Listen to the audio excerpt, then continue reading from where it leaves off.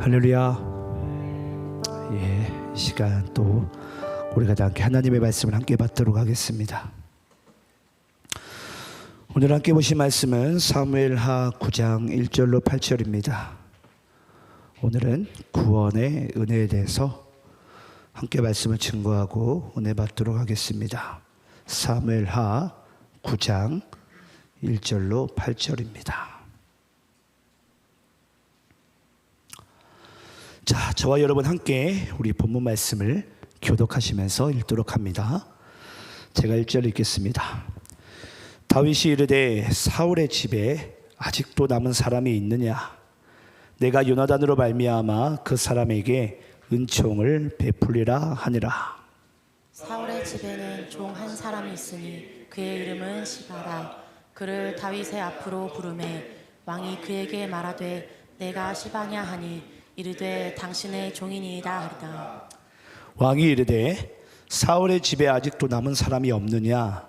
내가 그 사람에게 하나님의 은총을 베풀고자 하노라 하니 시바가 왕께 아뢰되 요나단의 아들 하나가 있는데 다리 저는 자니이다 하니라. 왕이 그에게 말하되 그가 어디 있느냐? 시바가 왕께 아뢰되 로드발 암미엘의 아들 마길의 집에 있나이다 하니라. 다윗 왕이 사람을 보내어 로드발 암미엘의 아들 마길의 집에서 그를 데려오니 사울의 손자 요나단의 아들 무비보셋이 다윗에게 나와 그 앞에 엎드려 절하매 다윗이 이르되 무비보셋이여 하니 그가 이르기를 보소서 당신의 종이니이다. 다윗이 그에게 이르되 무서워하지 말라. 내가 반드시 내 아버지 요나단으로 말미암아 내게 은총을 베풀리라. 내가 내 할아버지 사울의 모든 밭을 다 내게 도로 주겠고 또 너는 항상 내 상에서 떡을 먹을지니라 하니. 그가 절하여 이르되 이 종이 무엇이기에 왕께서 죽은 개 같은 나를 돌보시나이까 하니라. 아멘. 자, 뭔가 마무리가 좀 찝찝했어요. 자, 우리 오늘 또 사무엘하 9장 말씀을 통해서 은혜 받을 준비 됐습니까? 은혜는 누구의 것이다? 사모하는 자의 것이다. 하나님이 우리 세진님한테만 줄 것 같지는 않아요. 물론 주겠지만, 좋아요. 사모하는 모든 자에게 주실 줄 믿습니다. 오늘은 좀 말씀을 질문으로 좀 시작하려고 합니다. 여러분 혹시 친절한 사람이 좋으세요? 충성스러운 사람이 좋으세요? 친절한 사람? 혹시 난 충성스러운 사람이 좋다. 또 충성스러운 사람, 좋습니다. 그러면 여러분들은 어떤 사람이세요? 나는 친절한 사람입니까? 나는 충성스러운 사람입니까? 아니면은 나는 이도저도 아닌 것 같다. 그럴 수 있어요. 물론 나는 이도저도 아닌 것 같다. 저도 한번 생각해 봤습니다. 나는 충성스러운 사람일까? 아니면 친절한 사람일까? 제가 볼 땐 충성스러운 사람에 조금 더 가까운 것 같아요. 그런데 여러분 오늘 이제 사무엘하 9장의 말씀 보게 되면 이 다윗의 친절함과 충성스러움이 두 가지가 이제 연합되어서 나오는데 우리가 언뜻 보기에는 그게 친절한 것으로만 보입니다. 근데 여러분 왜 다윗의 그 친절한 모습이 등장을 하는데 실제 그 다윗의 모습은 친절한 것일까 또 충성스러운 것일까를 여러분들이 한번 말씀 속에서 발견하셨으면 좋겠어요. 그래서 오늘 이 다윗은요 우리가 언뜻 보기에는 친절한 사람이 좀 아닌 것 같았어요. 여태까지는. 왜냐하면 항상 전쟁에 나가고 다윗은 언제나 때로는 정말 냉정하리만큼 우리 지난주에 여러분 기억나십니까? 모성의 굴레 완전히 모조리 다 쓸어버리잖아요. 그때는 다윗에게 이만큼의 친절함과 이 젠틀함, 자비를 우리가 볼 수 없었어요. 근데 제가 그런 이제 영적인 의미에 대해서는 여러분께 좀 말씀을 드렸어요. 여러분들에게는 나에게는 메덱 암마가 무엇인가? 나에게는 모성의 굴레가 무엇인가? 하나님께서 나에게 전폭적으로 역사를 하셔야 되는데 뭔가 나에게도 무너지지 않는 이 메대감마가 있는 거예요.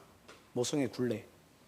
그 모성의 굴레가 있으니까 내가 완전히 하나님의 사람으로 살아가는 데 있어서 하나님이 여간 이제 불편하신 거죠. 그래서 앞으로 저는 여러분들에게 꼭 이런 말씀 드리고 싶어요.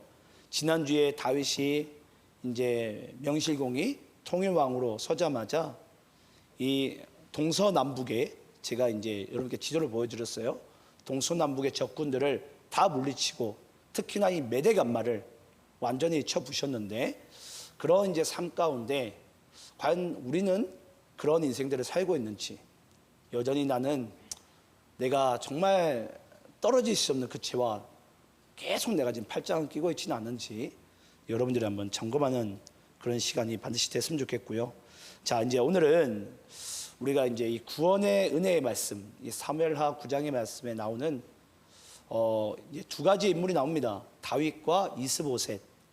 이 두 인물 가운데 하나님께서 우리에게 던져주고 싶은 메시지가 무엇인지를 발견하는 그런 시간 가지도록 하겠습니다. 자, 1절 말씀을 제가 한번 다시 한번 읽어볼게요. 자, 1절 말씀 제가 읽습니다. 다윗이 이르되 사울의 집에 아직도 남은 사람이 있느냐? 내가 요나단으로 말미암아 그 사람에게 은총을 베풀리라 하니라.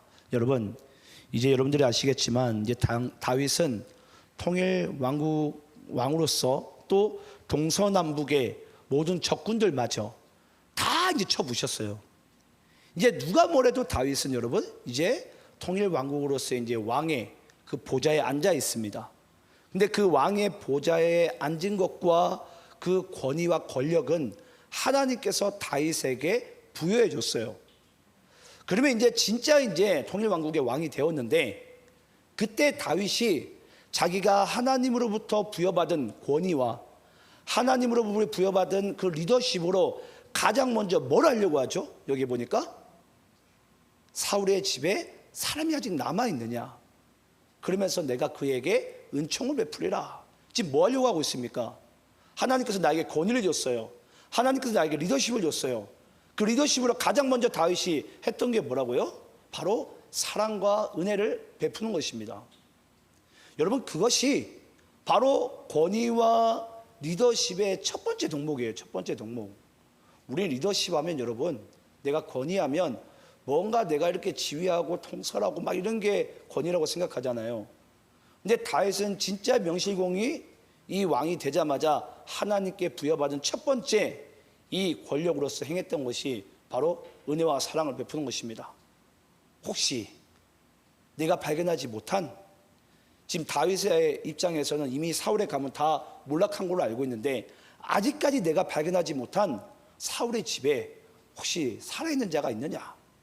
내가 그 사람에게 은총을 베풀리라, 은총을 베풀리라. 지금 그 이야기를 하고 있습니다. 근데 제가 이 모습을 보면서 솔직히 그랬어요. 오늘날 우리 교회들의 모습은 어떠한지.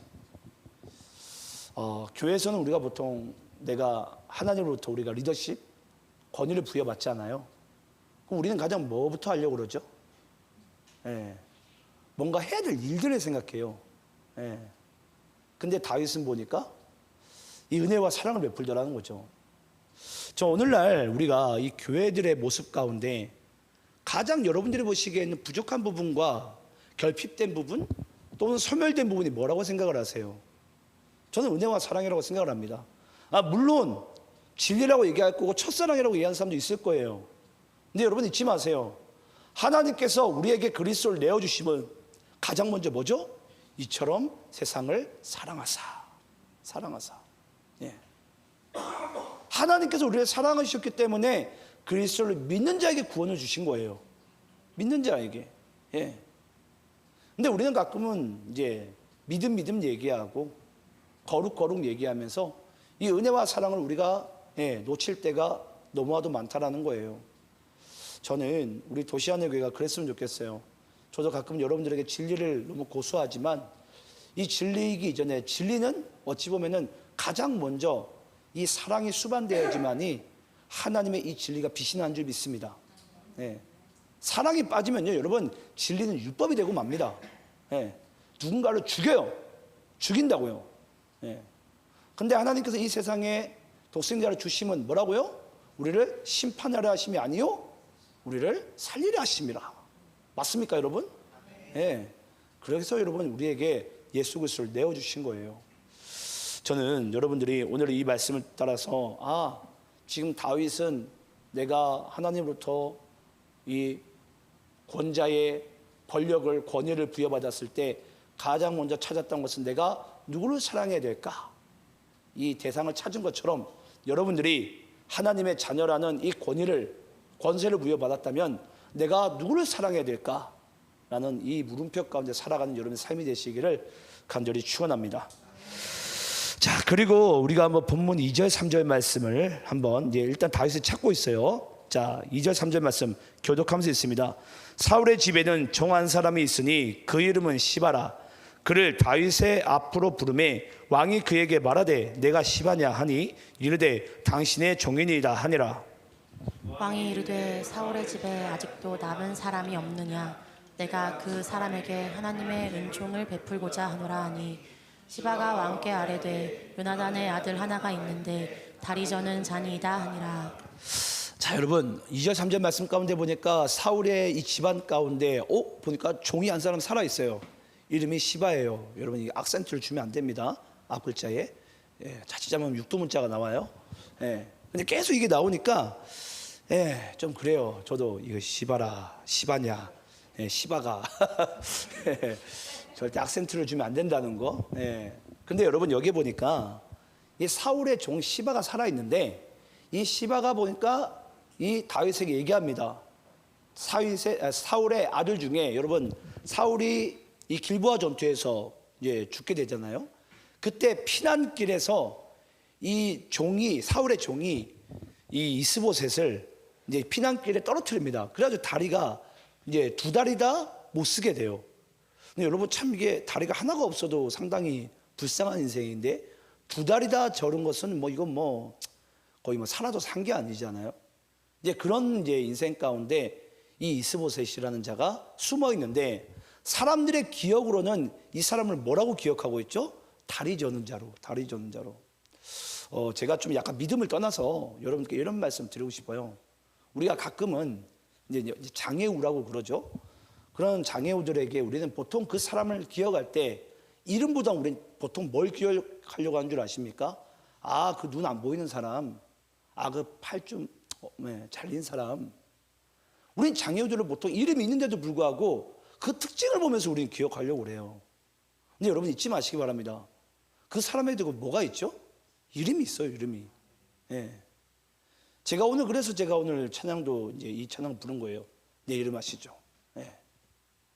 여러분 우리가 가끔은 하나님께서 내 이름을 불러주신다는 거, 내가 그만큼 특별한 존재이거든요. 근데 여러분 혹시 제가 장애인이라는 이야기 혹시 들어본 적 있어요? 제가 장애인이 뭔 줄 아세요? 제가 장애인이란 어떤 일로 인해서 자기가 이제 장애를 입었는데 자기 집에서 운동 생활하면서 밖으로 나오지 못한 그 장애인을 제가 장애인이라고 그래요. 그럼 왜 못 나올까요? 사람들의 시선과 편견과 또 위선과 그런 여러 가지 판단의 것들 때문에 밖으로 나오지 못하고 그 제가 장애인의 모습으로 그냥 숨어 있는 거예요. 지금도 여러분 다윗의 입장에서는 사울의 자녀 중에 누가 살아있나? 그만큼 이제 존재감이 없잖아요. 근데 얼마나 숨고 꼭꼭 숨었으면 아무도 모르는데 당연히 이 이스보셋을 섬겼던 시바는 알고 있는데 이 종 시바마저도 지금 이 이스보셋을 뭐라고 설명하고 있죠? 다리 저는 자로 소개를 하고 있는 거예요. 다리 저는 자로.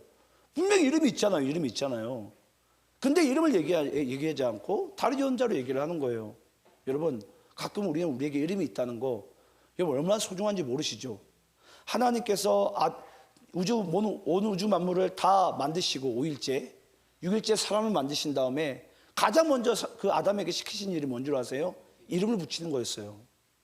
그 이름을 붙인다는 의미가 여러분 이와 같습니다. 하나님이 보시기에 좋은 존재이기도 하지만 가장 우선적인 건 뭐냐면 특별한 존재라는 거예요. 특별한 존재. 그래서 저는 여러분 신기하지 않습니까? 이 엄지손가락 이 좁은 면적 가운데 70억 인구가 똑같은 사람이 없어요. 이 지문이.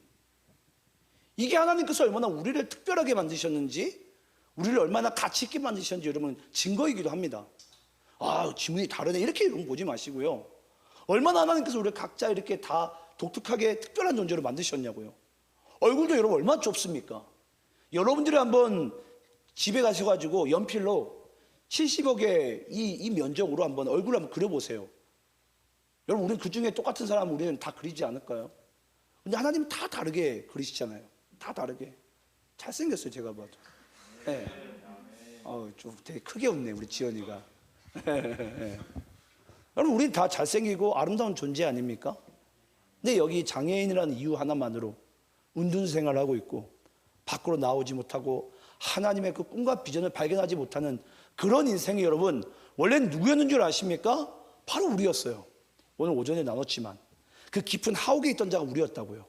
삶의 소망이 요만큼도 없던 그런 인생이 바로 우리들이었는데 오늘 또 그러한 존재가 여기 보니까 이스보셋이 등장을 하게 됩니다. 자, 그러면서 자, 오늘 여러분들에게 좀 하나 영상을 좀 보려고 그래요. 우리 방송실 1번 불 꺼주시고 영상 틀게요. 영상을 잠시 좀 쉬세요. 영상 보면서.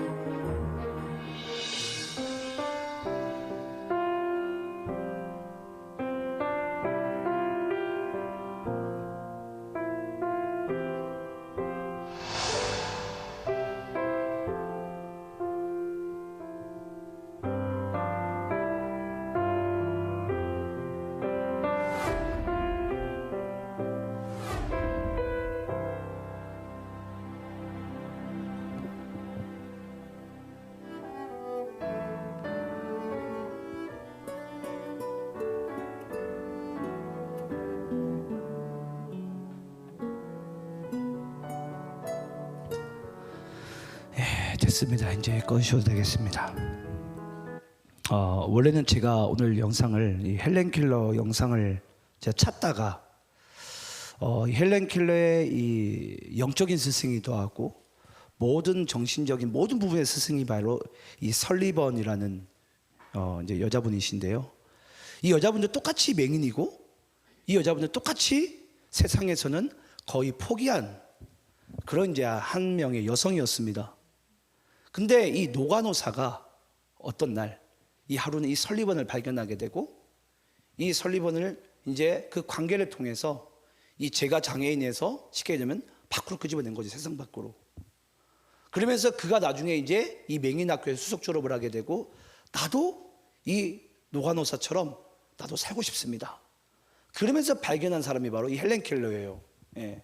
여러분 아시겠지만 헬렌 켈러는 보지도 못하고 듣지도 못하고 말하지도 못하는 거의 원시 동물도 아니고 거의 이제 불가능한 그런 존재죠.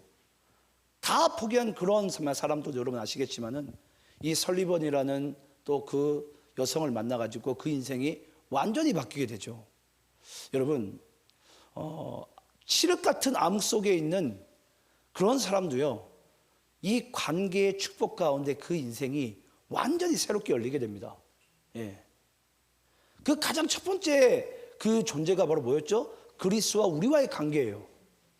우리는 그 어둠의 칠흑 같은 깊은 밤 가운데 있었는데, 한밤중에 있었는데, 그리스도께서 우리에게 찾아오셨을 때, 제가 장애인보다 더 못한 영적으로 사망된 존재가 우리가 그리스도를 만나게 되고 발견하게 되고, 우리가 제가 장애인에서 사망으로부터, 죄로부터 빠져나오게 되어서 놀라운 새로운 살 길을 올리게 됐어요.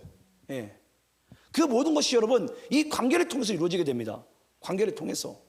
지금 여러분 아시겠지만 이스보셋은 지금 언제 죽을지 모르니까, 언제 다윗이 나를 죽일지 몰라서 그냥 꽁꽁 숨어 사는 거예요. 2달이나 못 걸어 다닙니다. 도망가지도 못해요. 그러니까 얼마나 꽁꽁 도대체 숨었길래 모든 사람들이 모르는데 그 종 시바만이 알고 있는 거예요. 그러니까 다리 저은 사람이 있긴 한데, 예. 근데 그 이스보셋이 다윗을 만나게 될 때 인생이 어떻게 변하게 되죠? 완전히 바뀌게 돼요. 완전히 이제 바뀌는 우리 이제 그 말씀을 좀 함께 볼 텐데요. 저는 여러분들이 내가 누구와 관계를 하고 또 여러분들이 복음을 들고 내가 누구에게 이 관계한다는 것, 이게 여러분 그 한 인생에 얼마나 이 지대한 우리가 영향력을 줄 수 있는지 그걸 반드시 잊지 마시기 바래요. 저는 제가 지금도 이 자리에 서 있지만 항상 저는 우리 카센터 우리 김범태 권사님을 전 생명의 은인으로 생각을 해요. 예, 조카를 전도하려고 그냥. 예. 지금은 제가 목사이고 제가 믿음이 더 좋아 보일지 모르겠지만 그 관계를 통해서 저도 새로운 살 길이 열린 거거든요. 새로운 살 길이. 예. 그냥 그리스도께서 찾아오신 거예요, 저한테. 예. 그러니까 제가 장애인보다도 못한 이 한 남자의 인생이 하나님께서 하나님의 비전을 보게 하시고 하나님 나라를 보게 하시고 죽어가는 영혼들의 아무리 외면하고 돌멩이를 던질지라도 그 영혼들에게 복음을 전할 수 있는 이 놀라운 이 관계의 문을 열 수 있는 그 축복의 키를 우리들에게 주신 줄 믿습니다. 저는 그렇게 살아가는 우리 모두가 되기를 간절히 축원합니다. 자, 그러면서 오늘 4절 말씀 제가 한번 읽어볼게요. 자, 4절 말씀을 보게 되면요, 왕이 그에게 말하되 그가 어디 있느냐 하니 시바가 왕께 아뢰되 로드발 암미엘의 아들 마길의 집에 있나이다 하니라. 여러분이 굳이 이제 아주 자세하게 지금 묘사를 하고 있는데, 지금 시바가 지금 다윗에게 얘기하고 있는 거예요. 아, 이스보셋이 여기에 있습니다. 어디에? 로디발 암미엘의 아들 마길의 집에. 예. 근데 여기서 중요한 단어가 이 로드발이라는 단어예요. 여기서 이 로드발이라는 단어가 무슨 뜻이냐면 초목이 하나 없는 매우 건조한 메마른 광야를 얘기합니다. 초목이 하나도 없는. 그건 뭘 얘기하는 거죠? 예, 메마른 광야이자 생명이 없는 땅이라는 거예요. 생명이 없는 땅. 그 생명이 없는 땅을 지금 쉽게 얘기하죠, 여러분. 이스보셋의 그 인생으로 지금 이렇게 비유하고 있는 거예요. 지금 이스보셋의 인생이 이 초목이 하나 좀 피어날 수 없는 그런 메마른 인생 가운데 지금 누가 찾아온 것입니다. 누가 찾아온 것이에요. 이 다윗이 찾아오게 된 거예요. 훗날 메시아가 찾아오게 된 거예요, 우리에게. 이 초목이 하나 없는, 생명이 하나 없는 우리 썩은 고목나무 같은 우리의 인생 가운데 그리스도께서 우리에게 찾아오셨다고요. 예. 여러분, 우리는 사무엘하 말씀 가운데 이제 다윗이 통일왕국으로 된 이후에는 우리 계속해서 말씀 가운데 그리스도를 발견해 나가야 돼요. 예. 여러분, 구약의 모든 말씀들은 하나의 어떠한 우리가 사건으로 어떤 하나의 유명한 어떤 뭐 역사적인 그런 인물로 우리가 보면 안 됩니다. 그 모든 부분 가운데 그리스도가 다 보여지기 시작합니다. 네. 말씀 속에 예수가 보여야 돼요. 말씀 속에서. 아, 그래서 지금 이 메마른 생명이 하나도 없는 이 인생 가운데, 지금 이스보셋의 인생 가운데, 우리의 인생 가운데 예수께서 찾아오셨구나. 자, 그러면 여러분, 우리가 또 이런 질문을 좀 할 수 있어요. 그럼 여러분, 하나님은 하나님이신데, 전능하신 분이신데 왜 도대체 장애인들을 이 땅에 두시죠? 전 그런 질문 되게 많이 받았거든요. 예. 아니, 목사님, 하나님이 전능하시면 왜 이 세상 사람들 다 잘 살게 만들고 다 행복하게 만들고 하면 되지? 왜 도대체 이렇게 지체장애인도 있고 어떤 사람은 날 때부터 못 걷는 사람도 있고 날 때부터 못 보는 사람도 있고, 도대체 그런 장애인들 도대체 왜 있냐고.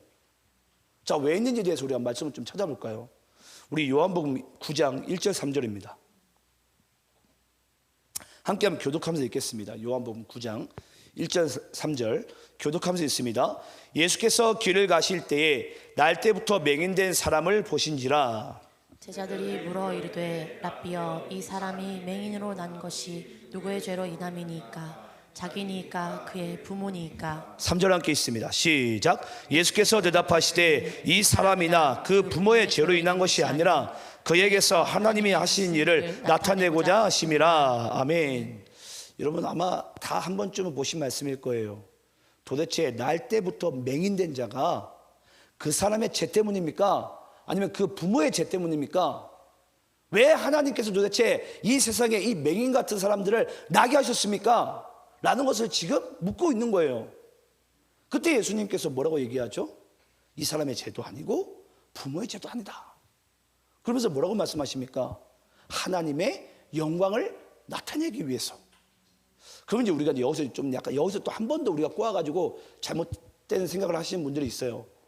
아, 그러면 하나님은 하나님의 영광을 위해서 우리 다리 뭉텅이를 하나 분질 수도 있겠구나. 예. 그렇게 또 우리가 착각하는 사람들이 있어요. 여러분 말씀 그렇게 해석하면 안 됩니다. 하나님은 괜히 있는 사람들 눈멀게 만들어가지고 하나님의 영광을 나타내기 위해서 우리를 뭐 맹인으로 만들거나 다리 뭉텅이를 하나 분질러 버리거나 파란 짝 없게 만들거나 그렇게 하시는 하나님이 아니세요. 예. 이게 무슨 말씀이죠? 어떻게 우리가 이 말씀을 봐야 되죠? 예. 하나님께서는 우리가 살아가는 과정 가운데 여러분 이 이야기가 어떻게 들릴지 모르겠어요. 우리가 다리가 한 짝 없거나 팔이 한 짝 없거나 우리가 앞에 안 보이는 건 하나님 입장에서 큰 부분은 아닙니다. 살아가다가 겪을 수 있는 부분들이에요. 하지만 그럼에도 불구하고 그런 사람들을 통해서 하나님의 영광을 드러내신다는 거예요. 어떤 의미인지 아시겠습니까? 차이점이 이해가 되세요? 난 아직 이해가 안 된다. 이해가 안 되세요? 다시 한번 말씀드릴게요. 여러분 우리 인생을 살다 보면요 크고 작은 사건들을 만나게 됩니다. 예. 때로는 우리가 주의 인도하신 길로 걸어가야 되는데 우리가 뜻하지 않은 길을 걸어갈 때도 있어요. 내가 선택하고. 그러면 여러분 우리 인생 가운데는 예기치 못한 일들을 만나게 돼요. 그게 여러분 하나님께서 우리의 영혼을 구원함에 있어서는 엄청나게 큰 부분은 아니에요. 하지만 중요한 것은 그렇게 연약한 자임에도 불구하고 하나님 뭐 하신다는 거죠? 사용하신다는 거예요. 예. 그 낙의 새끼 마냥 사용하신다고요. 우리는 이 사람은 파란 짝이 없으니까 사용 못하고 이 사람은 두 다리를 걷지 못하니까 사용하지 못하고 이 사람은 앞을 보지 못하니까 사용하지 못할 것 같잖아요. 그렇지 않다라는 거예요. 예. 그래서 하나님은 때로는 그렇게 연약한 자일지라도 그렇게 부족한 자일지라도 집에서 운둔생활하지 말고 세상 밖으로 나와서 그 복음 안에서 그리스도 예수 안에서 뭐 하라는 거죠? 하나님의 영광을 위해서 살아가라는 거예요. 예. 우리는 내가 다리 한 짝 없으니까 다리 한 짝 없는 거에 우리는 집중을 하잖아요. 그게 하나님의 구원의 역사 가운데 우리 인생의 역사 가운데 하나님의 입장에서 그렇게 중요한 부분이 아니라고요. 그건 우리의 인본주의적인 생각이죠. 나의 불편한 관점에서. 하지만 하나님의 영광의 관점에서는 오늘 헬렌 케저도 받고 우리가 설리번도 받겠지만 이스보셋도 우리가 받지만 그게 하나님의 입장에서 그 인생을 사용하는 데 있어서는 전혀 불편함이 없다라는 거예요. 부족함이 없다라는 거예요. 근데 이 말씀 보면서 우리는 다 어떻게 생각하는 줄 아십니까? 다리 뭉텅이 하나 분질렀다고. 예. 그건 여러분 우리가 죄송하지만 율법적인 관점에서 복음을 보는 거예요. 예. 하나님은 그런 분이 아니십니다. 예. 그 사람이 다리를 절고 그 사람의 눈이 뭐 보이지 않고 이런 분들은 우리가 인생을 살아가는 과정 가운데 하나의 특징적으로 나타날 수 있어요. 근데 우리는 그게 주가 되겠지만 하나님은 그 영혼의 중심을 보시고 하나님의 영광을 위해서 어떠한 부족한 부분이라도 또 어떠한 상황 가운데도 하나님은 우리를 사용하셔서 주의 영광 가운데 거하게 하신 분이신 줄 믿습니다. 그것을 믿는 우리가 되기를 간절히 소망합니다. 자, 그러면서 어찌됐건 지금 이 로드발이라는 이 초목이 하나 없는 생명이 하나 없는 메마른 땅에 있는 이 이스보셋 같은 이 인생을 지금 다윗이 발견하게 됩니다. 자, 다윗이 발견해서 뭐 하는지 잘 보시기 바라요. 5절 말씀 여러분들이 있습니다. 자, 5절 말씀 시작. 다윗 왕이 사람을 보내어 로드발 암미엘의 아들 마길의 집에서 그를 데려오니. 다윗이 뭐 한다고요? 그를 데려오니. 여러분 이게 바로 구원의 역사이고 비밀입니다. 지금 이스보셋이 스스로 다윗의 집 왕궁으로 들어갔습니까? 다윗이 지금 이 이스보셋을 데려갔습니까? 데려갔어요. 내가 예수를 믿었습니까? 예수님이 우리를 예수 믿게 하셨습니까? 예수 믿게 하신 거예요, 여러분. 은혜는 나에게 찾아온 것입니다. 빛이 나에게 비춘 것입니다. 우리는 원래 사망된 존재이고 우리는 원래 멸망을 받아야 될 마땅한 존재예요. 근데 어느 순간 나에게 빛이 찾아온 거예요. 다윗이 이스보셋을 발견한 것처럼 어느 날 예수님이 나를 발견하시고 나를 이 사망에서 건져내신 거예요. 그때 우리가 말할 수 없는 이 왕궁으로 다시 들어갈 수 있는 이 살길이 열리게 됩니다. 열리게 됩니다. 예. 여러분, 우리는 원래는 하나님 나라에 들어갈 수 없는 존재잖아요. 우리 이미 사망을 받았다니까요, 여러분. 아시겠지만. 근데 우리가 예수 믿는다는 그 이유 하나만으로 우리가 하나님 나라 갈 수 있는, 자녀가 될 수 있는 새로운 살길이 열렸다고요. 새로운 살길이. 근데 그게 뭐라고요? 그리스도께서 우리를 찾아오셔서 우리를 데려가신 사건이에요. 예. 그래서 사도행전 1장 말씀 가운데 이스라엘 주민들아, 왜 서서 하늘만 쳐다보고 있느냐? 난 너희들이 올라간 거 본 그대로 다시 너희들을 데리러 이 땅에 오리라. 예. 여러분, 신랑 되신 예수님은 다시 반드시 우리를 데리러 옵니다. 잊지 마시기 바래요. 반드시 옵니다. 반드시. 네. 이 세상에 여러분 100%가 없지만 예수께서 말씀하신 것은 100%예요. 무조건 이루어집니다. 네. 데려올까? 데려옵니다, 여러분. 우리가 보기에 그게 좀 약간 너무나도 먼 미래 같잖아요. 저는 그렇게 생각하지 않아요. 예. 저는 항상 기도합니다. 하나님, 이왕이면 저의 때 오시라고. 예. 뭐 때는 뭐 하나님께서 자기 권한에 두셨지만 그냥 제가 소망하는 바예요. 주님이 재림하는 그 모습을 저는 보고 싶어요. 제 인생 가운데. 예. 그래서 소망하는 것이 저는 믿음인 줄 믿습니다. 그래서 어찌됐건 우리가 구원받은 것과 다시 우리가 왕궁으로 들어갈 수 있는 그 모든 것은 다윗이 이스보셋을 데려간 것처럼 예수께서 우리에게 찾아오셔서 우리가 구원받게 된 줄 믿습니다. 자, 그러면서 6절 말씀 또 여러분들이 읽겠습니다. 자, 함께 읽습니다. 시작. 사울의 아들 요나단의 아들 무비보셋이 다윗에게 나와 그 앞에 엎드려 절하매 다윗이 이르되 무비보셋이여 하니 그가 이르기를 보소서 당신의 종이니이다. 자, 여러분, 뭔가 좀 이상한 부분을 발견하지 않았어요? 6절 말씀 가운데 뭐가 처음 등장했죠, 지금? 아니죠. 무비보셋 이름이 등장했죠. 그 전에는 이름이 등장하지 않았거든요. 그러니까 여러분, 이게 참 놀라운 부분이에요. 우리는 원래 여러분 생각을 해보세요. 만약에 뭐 이런 표현이 맞는지 모르겠지만 저기 대전교도소에 있는 사람들은 우리가 보기엔 다 죄수들이에요. 우리가 뭐 굳이 뭐 이름을 기억할 이유가 있습니까? 근데 신기하지 않습니까? 우리가 주님을 다시 만났을 때, 우리가 다시 죄인에서 우리가 구원받았을 때 우리가 항상 어떻게 하게 되죠?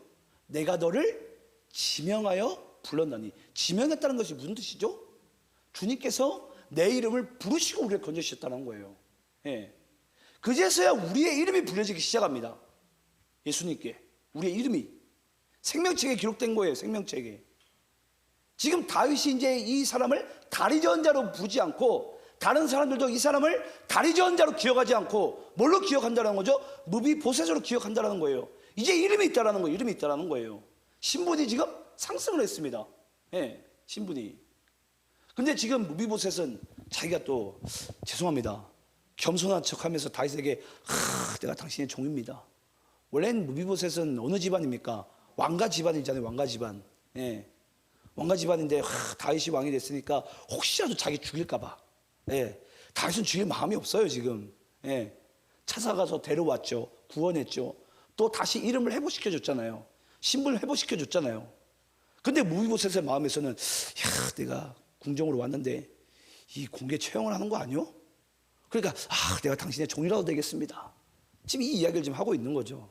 예. 그러니까 지금 더 쉽게 얘기하자면 이 무비보셋의 마음 가운데 이제 뭐가 크게 자리 잡혀 있습니까? 두려움이. 예. 두려움이. 그때 다윗이 한번 뭐라고 얘기한지 한번 보겠습니다. 우리 7절 말씀 또 여러분들이 읽겠습니다. 함께 있습니다. 시작. 다윗이 그에게 이르되 무서워하지 말라. 내가 반드시 내 아버지 요나단으로 말미암아 내게 은총을 베풀리라. 내가 내 할아버지 사울의 모든 밭을 다 내게 도로 주겠고 또 너는 항상 내 상에서 떡을 먹을지니라 하니. 여러분, 다윗이 이스보셋을 보자마자 한 말이 뭐냐면 무서워하지 말라. 조금 더 직접적인 표현은 두려워하지 말라라는 거예요. 두려워하지 말라. 무비보셋의 마음의 중심은 뭐가 가득 차 있다고요? 혹시라도 다윗이 자기를 죽일까 봐. 이제 차단했으니까 이제 언제 죽어도 이제 마땅하지 않습니까? 죽일까 봐 혹시라도. 그때 두려움과 무서움이 가득한 그런 이 무비보셋에게 두려워하지 말라. 여러분, 신약 성경 말씀 가운데 기억나십니까? 그 예수님이 이제 곧 승천할 기약이 이름에 이제 승천할 것을 제자들에게 얘기할 때 제자들에게 뭐가 마음이 가득하죠? 두려움이. 그때 예수님께서 뭐라고 말씀하십니까? 보혜사 성령을 내가 너희들에게 보내주겠다. 그 성령이 너희들을 평안케 하리라. 우리 한번 말씀 좀 읽어보겠습니다. 우리 요한복음 14장 27절 말씀 읽어보겠습니다. 요한복음 14장 27절. 자, 함께 있습니다. 시작. 평안을 너희에게 끼치노니 곧 나의 평안을 너희에게 주노라. 내가 너희에게 주는 것은 세상이 주는 것과 같지 아니하니라. 너희는 마음에 근심하지도 말고 두려워하지도 말라. 자, 또 요한복음 20장 19절 22절 또 교독하면서 있습니다. 자, 교독하면서 있습니다. 제가 있습니다. 19절. 이날 곧 안식 후 첫날 저녁 때 제자들이 유대인들을 두려워하여 모인 곳에 문들을 닫았더니 예수께서 오사 가운데 서서 이르시되 너희에게 평강이 있을지어다. 이 말씀을 하시고 손과 옆구리를 보이시니 제자들이 주를 보고 기뻐하더라. 예수께서 또 이르시되 너희에게 평강이 있을지어다. 아버지께서 나를 보내신 것 같이 나도 너희를 보내노라. 이 말씀을 하시고 그들을 향하사 숨을 내쉬며 이르시되 성령을 받으라. 자, 여러분, 우리 원래 인간은 그렇습니다. 우리 인간은 주님과 조금만 떨어지면 여러분들이 느끼시든 못 느끼시든 우리에게 찾아오는 것은 두려움이에요. 내가 내일 뭐 먹고 살까? 나의 미래는 어떻게 될까? 내 인생의 마지막은 어떻게 될까? 우리가 주님을 떠나게 되면 매 인생은 여러분 다 그런 고민밖에 하지 않습니다. 내가 뭐 먹고 살지? 난 어떻게 되는 거지? 내가 성공할까 망할까? 매번 미래에 대한 여러분 우리는 염려와 두려움과 걱정 가운데 살아요. 근데 주님께서 우리에게 말씀하는 거예요. 내가 너희들에게 평안을 끼치겠다. 그러면서 깊은 숨을 내쉬면서 뭐라고 말씀하시죠? 너희들이 성령을 받으라. 그래서 예수님께서 하나님께서 성경에서 숨을 쉬는 장면이 딱 2번 등장한다고 그랬어요. 인간을 창조하실 때와 지금 또 이렇게 성령을 받을 때, 그때 예수님께서 딱 하나님께서 2번 숨을 쉬십니다. 그러니까 원래 여러분 우리는 원래 어떤 존재라는 거예요? 우리는 성령을 받은 존재예요. 하나님의 영을 받은 존재라고요. 하나님을 떠날 수 없는 존재라는 뜻이에요. 쉽게 얘기하자면. 주님을 떠나는 순간에 우리는 두려움과 염려와 이 공포 가운데 살겠지만 주님이 나와 함께 하실 때 이제 언약을 뭐 하신다고? 우리의 마음판에 새긴다고 그랬어요. 그 마음판에 새기는 것이 성령이 내 안에 들어오는 것입니다. 원래는 언약을 어떻게 했습니까? 돌판에 새겼잖아요. 돌판에 새기니까 사람들이 뭐 했죠? 다 금송아지 만들어 놓고 춤추고 난리가 났어요. 그래서 이제 이 언약이 깨트리지 않도록 내가 너희들의 이제 마음속에 들어가리라. 그래서 우리에게 성령이 부어진 거예요. 그러니까 지금도 이스보셋이 자기 혼자 있을 때는 두려움과 공포 가운데 살았는데 지금 다윗 왕 앞에 왔을 때도 혹시라도 저 사람 나를 죽일까 봐 두려움과 공포 가운데 자기 미래 모습을 그리고 있을 때 다윗이 그리스도께서 우리에게 얘기하고 있는 거예요. 두려워하지 말라고. 왜 그렇죠? 이제 내가 너와 함께하지 않느냐. 전 여러분들이 예수를 믿음으로 말미암아 참 평안을 얻으시기를 간절히 축원합니다. 그리고 우리가 한번 7절 말씀, 8절 말씀 우리 한번 교독하면서 읽겠습니다. 제가 7절 있습니다. 다윗이 그에게 이르되 무수하지 말라. 내가 반드시 내 아버지 요나단으로 말미암아 내게 은총을 베풀리라. 내가 내 할아버지 사울의 모든 밭을 다 내게 도로 주겠고 또 너는 항상 내 상에서 떡을 먹을지니라 하니. 그가 절하여 이르되 이 종이 무엇이기에 왕께서 죽은 개 같은 나를 돌보시나이까 하니라. 여러분 지금 다윗이 이스보셋에게 이야기할 때 무수하지 말라. 무수하지 말라라고 얘기하면서 그때 8절에 보니까 무비보셋이 뭐라고 얘기하죠? 우리 한번 따라해 봅시다. 이 종이 무엇이기에 왕께서 죽은 개 같은 나를 돌보시나이까. 여러분, 이게 바로 우리가 처음 예수 믿었을 때 고백이었어요. 주님, 도대체 내가 무엇이간데? 예. 제가 요즘 가장 많이 기도하는 것 중에 하나가 저는 이거거든요. 왜 주님, 도대체 내가 무엇이간데 나를 구원해 준 것만 저는 감사한데 왜 도대체 나를 이 목사로 삼으셨냐고. 저는 그걸 자주 기도해요. 특히 요즘에 와가지고 도대체 내가 무엇이간데 이 죽은 개 같은 나를, 예. 여러분, 구원한 것만도 얼마나 감사합니까? 조금만 돈 없고 조금만 일 안 풀리고 조금만 여러분들이 원하는 거 채워지지 않으면은 우리는 구원받은 것에 대한 기쁨과 감사는 완전히 사라지고 온전히 우리가 하나님께 모든 우리가 부신의 원망들을 다 쏟아붓잖아요. 여러분, 그게 믿음입니까? 그게 진짜 구원받은 자의 모습입니까? 구원의 가치가 그거밖에 안 됩니까? 여러분, 아니잖아요. 구원받은 게 여러분 얼마나 우리에게 귀한 건데, 이 세상과 바꿀 수 없는 것인데 저 세상에 일만 안 풀리면 그냥 온갖 인상을 그냥 다 꾸겨요. 그냥, 예. 다시 저기 죄인으로 돌아간 거 마냥, 구원받지 못하는 삶으로 다시 돌아간 거 마냥. 잊지 마시기 바랍니다. 여러분들이 구원받은 존재예요. 예. 지금 내가 왕국에 있는 것만으로 여러분 얼마나 감사해요. 하나님 나라 백성으로 내가 살 수 있는 것만으로 여러분 얼마나 감사합니까? 그렇게 돈이 중요하고 내가 원하는 기도 제목이 다 이루어져야 됩니까? 그래야지 여러분 속이 시원합니까? 그래야지 내가 예수 믿는 척 할 겁니까? 여러분, 그거 가져가면 또 그러면 안 믿을 척 또 우리가 또 방황할 거잖아요. 여러분, 그건 믿음이 아니에요. 제가 엄밀히 말씀드립니다. 그건 믿음이 아니에요. 여러분, 왜 믿음의 기준을 왜 거기에 두냐고요. 예. 그래서 우리는 오늘도 죽은 개 같은 나를, 왜 하나님이 나를 구원하셨는지, 왜 나를 주의 자녀로 삼으셨는지, 저는 이것이 여러분들의 신앙 고백이 되기를 저는 간절히 축원합니다. 예. 그러면서 여러분 잘 보시기 바래요. 7절 말씀 가운데 이제 오늘 이제 답이 나옵니다. 제가 오늘 여러분들에게 말씀을 시작할 때 다윗은 친절한 사람일까? 충성스러운 사람일까? 대부분들은 아마 여러분들이 친절한 사람이라고 생각을 했을 거예요. 근데 7절 말씀 잘 보시기 바래요. 다윗이 이스보셋 그에게 이르되 무수하지 말라. 내가 반드시 내 아버지 요나단으로 말미암아 내게 은총을 베풀리라.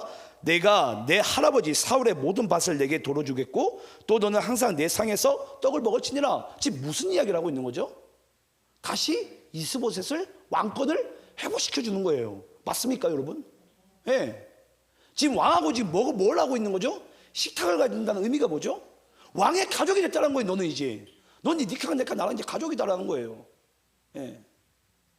지금 우리가 이걸 여러분 우리는 부여받은 거라니까. 우리가 그리스도를 믿음으로 말미암아. 그런데 우리는 이 세상에 살아가면서 조금만 뭔가 결핍되면은 못 견뎌요. 다 받았으면서. 예. 왜 다 받은 은혜를 우리가 여러분 안 받은 것처럼 그렇게 우리가 괴로워합니까? 다 받았잖아요. 예. 예를 들어서 천국이 그냥 한 1,000경 정도 되는 돈이라고 칩시다. 다음 여러분 100만 원짜리 수표 그거 몇 장 없다고 우리가 못 삽니까? 그것 때문에 여러분 이걸 버릴 겁니까 혹시? 아니잖아요.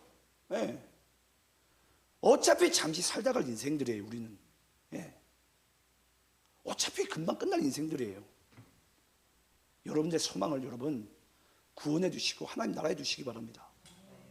예수에게 소망을 두시기 바랍니다. 그리고 예수님도 보니까 이 이스보셋에게 그냥 네가 그냥 궁정에만 살아라고 얘기하지 않잖아요. 다시 다 돌려주잖아요. 권세 몸이요.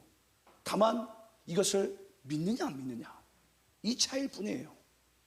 오늘 여러분들에게 내가 구원받은과 동시에 나 또한 이 하나님의 엄청난 이 그리스도께 부어주셨던 그 권위와 권세를 우리에게 부어주시면 믿는 자에게는 여러분 그런 또 실제적인 인생의 삶도 하나님께서 허락을 하십니다. 예.